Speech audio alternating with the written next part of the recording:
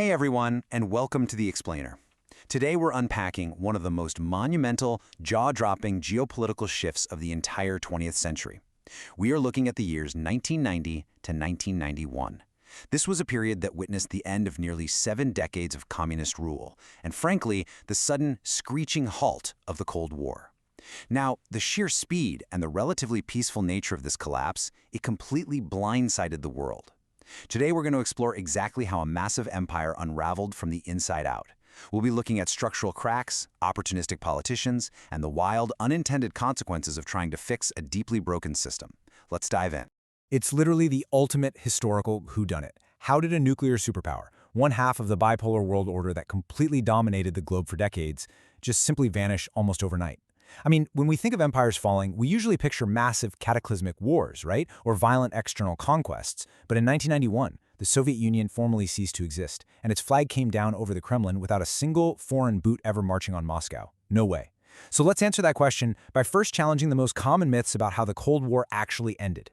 Now, you might be familiar with the popular myth that the Soviet Union was simply defeated by external pressure from the West.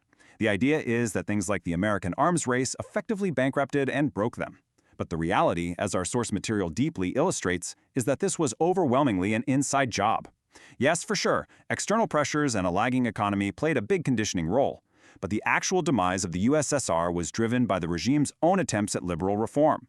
These reforms accidentally poured fuel on the fire of ethnic nationalism, and that created the perfect opening for rival political elites to essentially tear power away from a weakened Kremlin.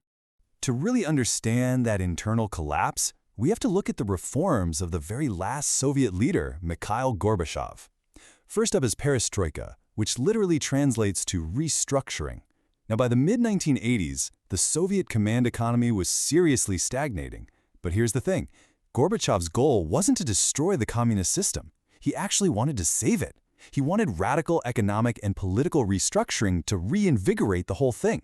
For decades, previous leaders had kept the Soviet system locked down tight, like an impenetrable fortress. Gorbachev, he tried to unlock those gates, to modernize it, to make it more efficient. But in doing so, he inadvertently dismantled the very mechanisms of central control that were holding the entire structure together in the first place. And the companion to perestroika was glasnost, or openness. And wow, is this a brilliant illustration of the law of unintended consequences. See, the Kremlin actually encouraged popular debate because they wanted to build public support for their reforms. But introducing free speech into a massive, multi-ethnic empire that had brutally suppressed regional identities for decades, yeah, that escalated things quickly. Glasnost acted like a powerful catalyst. It allowed long-standing ethnic grievances, like the deep conflict between Armenia and Azerbaijan over Nagorno-Karabakh, to just burst right into the open. Suddenly, these suppressed ethnic identities weren't just complaining behind closed doors anymore. They were mobilizing into highly organized, incredibly powerful separatist movements. So this unleashed a massive nationalist wave. It started on the periphery with the Baltic region. Lithuania, actually, was the very first to declare independence in March of 1990. And you had the Caucasian republics pushing hard for sovereignty.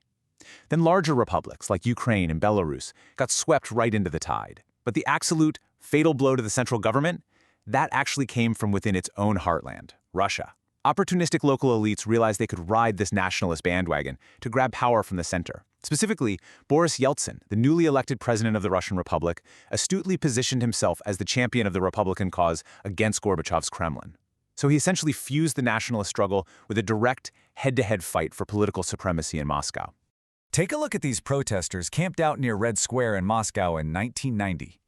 They really visually anchor the sheer desperation of the era.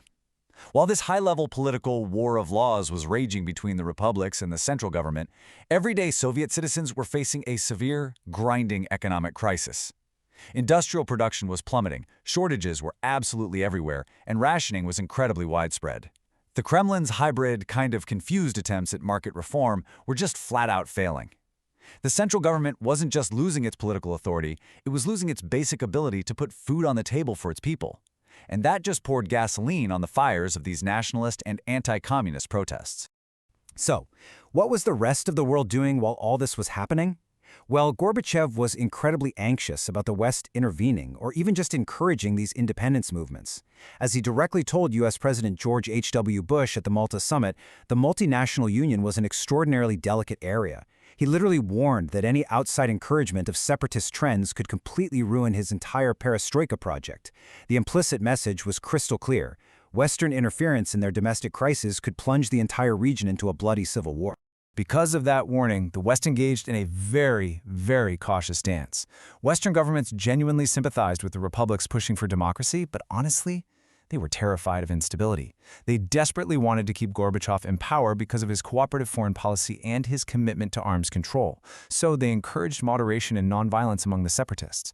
But when Gorbachev came to the G7 practically begging for a $15 to $20 billion bailout to save his economy and his centrist government, the West essentially said no. They offered benevolence and advice, sure, but they absolutely refused major financial benefaction without seeing serious, rapid market reforms first, reforms that Gorbachev felt would be absolute political suicide.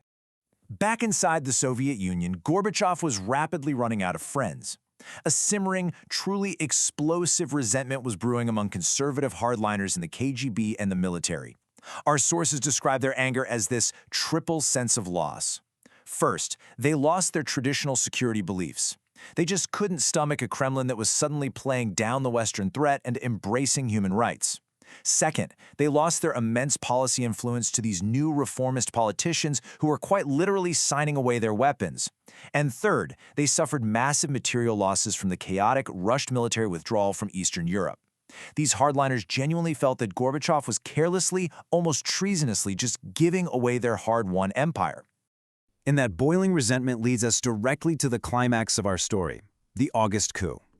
Gorbachev was attempting to negotiate this new union treaty to create a looser, decentralized federation. It was a desperate bid to keep the country together. But for the hardliners, this impending treaty sounded the final alarm. On August 18th, they placed Gorbachev under house arrest down in Crimea. The very next day, a state committee on the state of the emergency staged a full-blown coup to seize control and roll back all the liberal reforms. But it was a spectacularly botched gamble. By August 21st, just 3 days later, the poorly organized coup completely collapsed.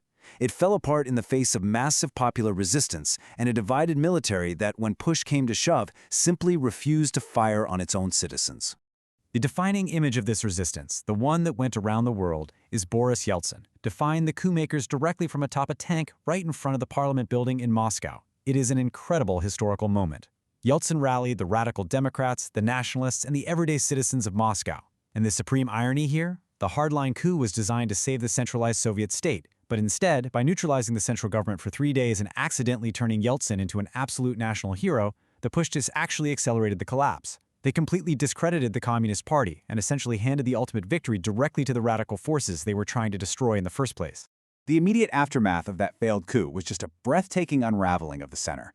Gorbachev did return to Moscow, but his authority? It had entirely evaporated. The real power now lay squarely with Yeltsin and the republics. In incredibly rapid succession, Gorbachev resigned as the General Secretary of the Communist Party. Following that, the Communist Party of the Soviet Union, the massive institution that had dominated literally every aspect of life for over 70 years, was formally suspended and banned. And finally, recognizing the stark new reality, Moscow officially acknowledged the full independence of the Baltic states in September. The center simply could no longer hold. And from there, the final cascade of dominoes fell so quickly through the autumn and winter of 1991. Despite Gorbachev's frantic efforts to salvage some sort of loose confederation, the republics pushed for total independence. On December 1st, Ukraine voted overwhelmingly for sovereignty in a national referendum. A week later, on December 8th, the leaders of Russia, Ukraine, and Belarus met and signed the Belovezha Accords, boldly declaring that the USSR had ceased to exist, and they formed a loose Commonwealth of Independent States. By December 21st, the Alma-Ata Protocol expanded this to include most of the other republics. Finally, bowing to reality, Mikhail Gorbachev resigned as Soviet president on December 25, 1991. That very night, the red Soviet flag was lowered over the Kremlin for the last time. Just look at how this map completely fractures. What was once a massive, contiguous, single-party superpower stretching across 11 time zones literally shattered into a multitude of new sovereignties. You can see Russia still dominating the landmass, of course, but it's flanked now by fully independent nations in Eastern Europe, the Caucasus, and Central Asia. The bipolar world order that had defined all of global politics since the end of World War II was completely broken. It left the United States as the sole remaining superpower and triggered incredibly complex, ongoing transitions across this entire space. 15. That is the number of independent nations born directly from the ashes of the Soviet Empire. To really cement the sheer scale of this geopolitical earthquake, just think for a second about what it means to suddenly birth 15 new countries onto the world stage. It raised massive, super urgent questions for the international community. Who gets the Soviet Union's seat at the United Nations Security Council? What on earth happens to the tens of thousands of nuclear weapons scattered across Russia, Ukraine, Belarus, and Kazakhstan? It was a logistical and diplomatic puzzle of absolutely unprecedented proportions. And honestly, when you look at the news today regarding Eastern Europe, the Caucasus, and Central Asia, you are looking directly at the unresolved shockwaves of this exact moment. Which leaves us with a final, provocative thought to ponder. Was the collapse of the Soviet Union an inevitable structural failure? Like, was it a system so flawed and economically stagnant that it was just bound to crumble eventually? Or was it highly contingent? The accidental result of Gorbachev's botched rescue attempt and the absolutely catastrophic miscalculations of the August coup. Our sources show us a really complex web of both. A brittle system pushed right over the edge by the very reforms meant to save it. It's a powerful reminder of the intricate, unpredictable, and deeply ironic nature of historical events. Thank you so much for joining me on this deep dive into the source material. Keep questioning, keep learning, and I'll see you in the next explainer.